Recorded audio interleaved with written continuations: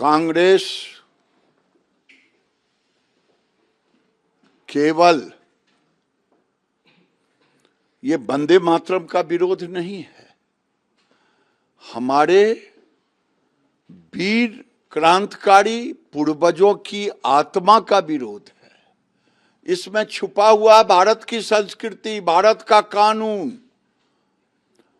और 1937 का हवाला नहीं दें, बात खुलेगी तो बहुत दूर तक जाएगी। 1937 में क्यों हुआ था? वही हुआ था जो अभी मुस्लिम लीग कांग्रेस बन गया है। अभी तो मुस्लिम लीग कांग्रेस बन गया है। मुस्लिम लीग के दबाव में ये बात हो रही है। आखिर हो क्यों नहीं? ये कांग्रेस गांधी जी का कांग्रेस नहीं है, ये सोनिया गांधी जी और राहुल गांधी जी का कांग्रेस है। ये सोनिया गांधी लाख कुछ भी कह ले देश के लोगों के सामने, लेकिन जो सोनिया गांधी 15 साल तक शादी के बाद भारत की नागरिकता नहीं ली हो, उस सोनिया गांधी को भारत से क्या लगाव होगा? हमारे देश के अंदर बेटी का पानी ग्रहण होता है, कन्यादान कहते हैं। उसके बाद बेटी संपूर्ण शरीर, तन, मन, धन सबसे उस घर की हो जाती है। इनको भारत की संस्कृति और भारत से लेना देना नहीं है। ये तो नागरिकता ही नहीं ली भारत 15 साल तक।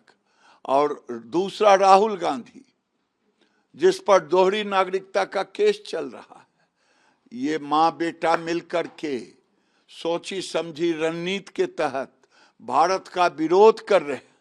और राहुल गांधी का 12 साल का स्टेटमेंट देख ले, एक भी स्टेटमेंट भारत के पक्ष में नहीं है, भारत के विरोध में है। ये सोची समझी रणनीति के तहत ये मुस्लिम लीग के साथ केवल केरल में सरकार नहीं है, ये पूरे देश में भारत को तंग और तबाह करने का ये शुरुआत है। तो क्या संसद में बना हुआ कानून को पालन नहीं करेंगे? जो संसद में कानून बन जाए उसका पालन नहीं किया जाएगा? ये देश कभी नहीं बर्दाश्त करेगा कि भारत के संसद में पारित किया हुआ कानून ना मानेंगे।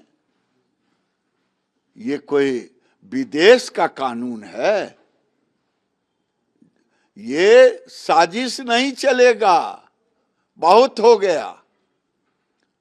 लेकिन सीडब्ल्यूसी की मीटिंग में तो राहुल गांधी ने यहाँ तक कहा कि पॉलिटिकली मोदी जी फिनिश हो गए हैं, कांग्रेस से डरते हैं। आपको लगता है? देखिए, राहुल गांधी थेथर है, ये थेथरोलॉजी है।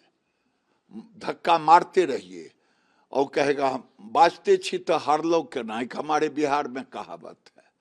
तो ये एंग्री मैन शो करता है और एंग्री मैन शो करके 100 चुनाव तो हार चुका, फिर भी कहता है खुश है। भगवान करे इसी तरह तुम खुश रहो जीवन भर। और ये मनसा पूरा नहीं होगा भारत को तोड़ने का। प्रभातखबर.com, विश्वास वही, रफ्तार नहीं।